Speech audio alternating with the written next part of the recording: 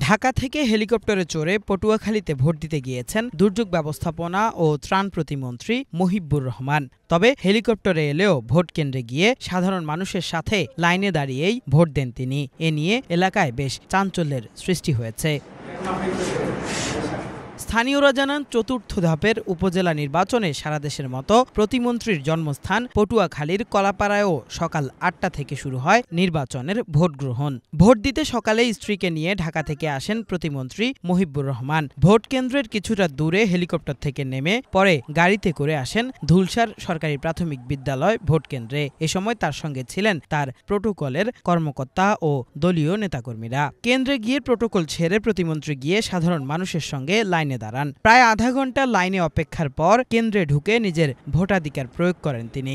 একই ভোট কেন্দ্রের মহিলা বুথে ভোটাধিকার প্রয়োগ করেন প্রতিমন্ত্রীর স্ত্রী মহিলা আওয়ামী লীগ নেতা রেখা ফাতেমাও।